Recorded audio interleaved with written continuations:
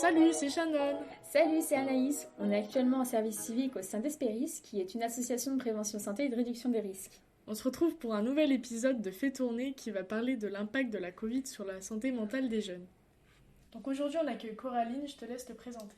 Salut, je m'appelle Coraline, j'ai 17 ans et je suis étudiante à Rennes. Comment est-ce que tu vis la crise sanitaire ? Bah là, ça va parce que j'ai repris un peu.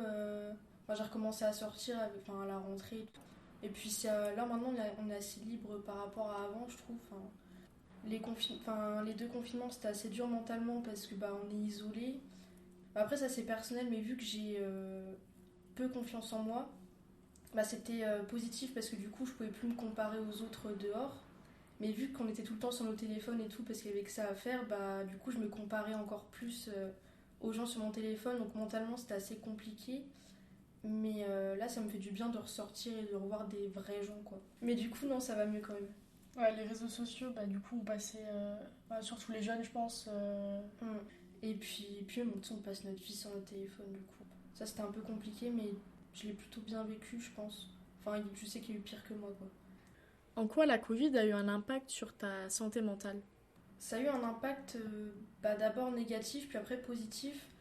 Négatif, comme ce que je disais tout à l'heure, là, les réseaux sociaux, tout ça, c'était un peu dur à vivre, on va dire. Mais sinon, avec du recul encore, ça m'a permis d'être seule avec moi-même, de me poser des questions et tout. Je pense que j'ai grandi mentalement, on va dire.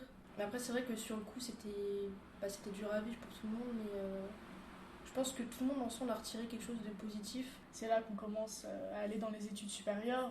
Pour toi, habiter toute seule.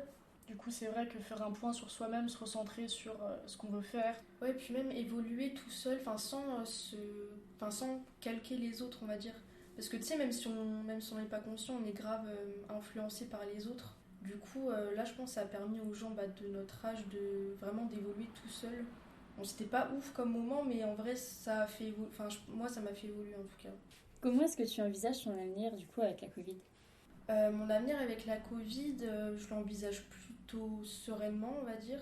Je sais que là, ma vie, elle a repris normalement. Sauf avec le masque et tout ça, mais je sais que je continuerai à le porter dans les endroits publics. Parce que maintenant, ça me dégoûte un peu.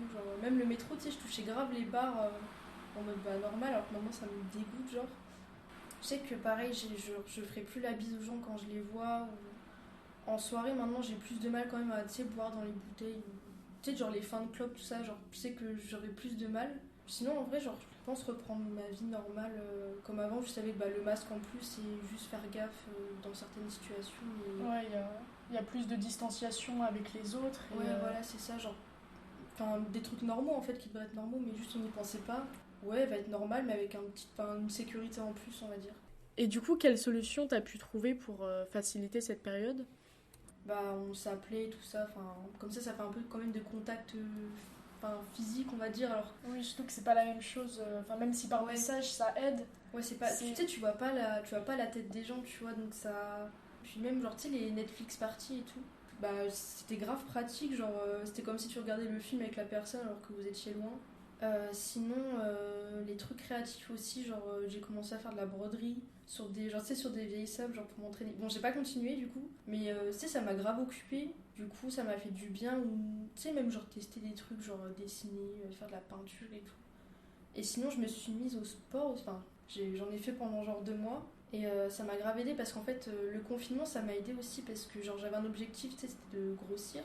Et du coup, j'ai pu grave me consacrer à ça, j'ai fait du sport et tout, et j'ai réussi. Du coup, ça m'a fait du bien au mental aussi de me dire que j'arrivais à faire un truc de ma vie, pendant le confinement. Faire des petites soirées aussi, se voir avant le couvre-feu du coup. Bon, ça, c'est pas une solution que j'ai trouvée, mais là, on reprend les cours en demi-groupe et tout, un petit peu. Et ça fait du bien parce que du coup, tu vois quand même des gens et tu te sens tu te sens plus entouré que quand t'es tout seul dans ton appart en mode Ouais, et puis même ce que tu disais par rapport au côté créatif, ça permettait, comme on en a parlé juste avant, de décrocher un peu du téléphone. Oui, voilà, c'est ça. Parce que, tu sais, sinon, même là, tu vois, je passe toute ma vie dessus parce que je suis toute seule. Et du coup, si je suis pas en cours ou quoi, j'ai rien d'autre à faire alors que. Parce que là, j'ai rien emmené dans mon appart, mais.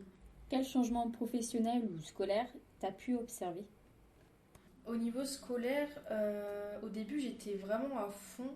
Du coup, puis même, enfin, tu sais, faire les cours sur l'ordi et tout, je trouvais ça cool au début.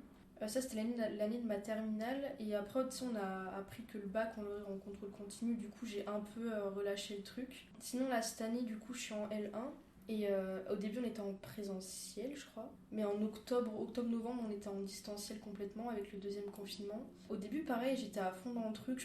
Par contre, je passais vraiment mes journées à travailler et ça me démoralisait de ouf. Et maintenant, enfin, c'est pas compliqué, mais en soi, genre, vu que je commence tout le temps à 8h30 en plus maintenant, j'ai plus la flemme et ça m'arrive énormément. Enfin, en fait, quasiment tous mes cours de 8h30, soit je les loupe, soit j'essaye d'y aller mais je m'endors devant, ou soit j'y vais mais je suis rien parce que je suis trop fatiguée.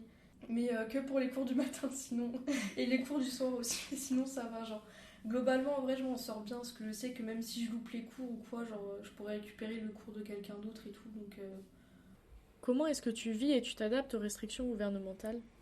alors, les restrictions, globalement, je trouve que je les respecte plutôt bien.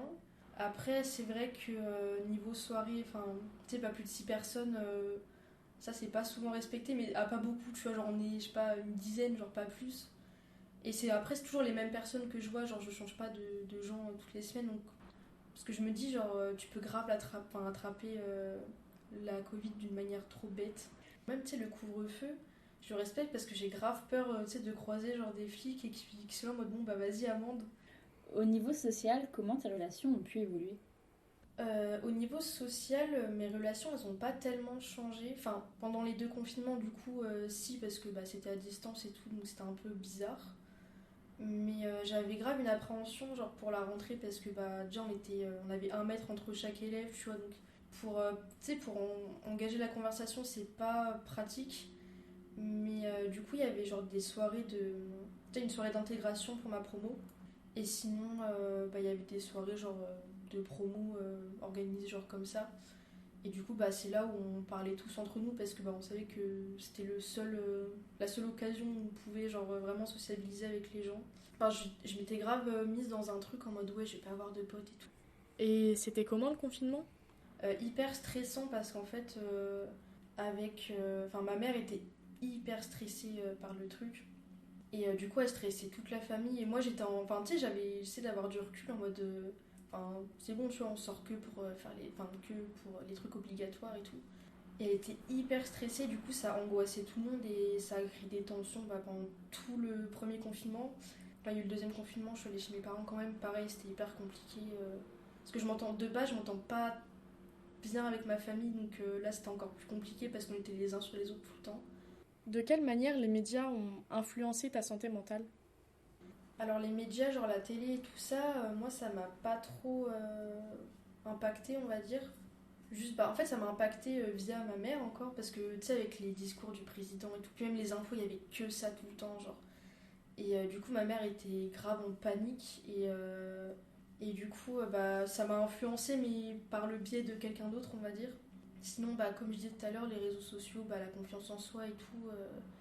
Mais ouais, en fait, c'était un peu les montagnes russes, ma santé mentale pendant cette période. Genre, je sais pas, ça allait, puis après, ça allait pas du tout, ou ça allait un peu, genre. Mais globalement, je dirais plus que c'est genre les réseaux sociaux qui ont influencé ma santé mentale, les infos, genre la radio et tout ça. Je regardais pas trop. Oui, ta mère était vachement stressée parce que même après le déconfinement, Ouais. pour sortir, c'était très compliqué. Ouais, j'ai pu ressortir qu'en juin, alors qu'on a été déconfinés, genre début mai, je crois, ou mi-mai. Du coup, ouais, bah oui, je suis restée genre vraiment enfermée chez moi pendant 3 mois. Enfin, même après le déconfinement, tu vois, je voyais tout le monde qui pouvait se revoir et moi, je suis en mode bah non, ma mère veut pas. Genre, juste de dire que t'es obligé de rester chez toi, c'est chiant. Bon, bah merci beaucoup. Bah de rien. Si vous ressentez le besoin d'être aidé durant cette période, n'hésitez pas à vous renseigner. Des informations sont à votre disposition dans la description de ce podcast. J'espère que ce témoignage vous aura plu. On se retrouve prochainement pour un autre épisode sur l'impact de la Covid sur la santé mentale des jeunes. Vous pouvez également retrouver nos autres podcasts sur le confinement et la consommation. Et puis, on se retrouve bientôt. À bientôt!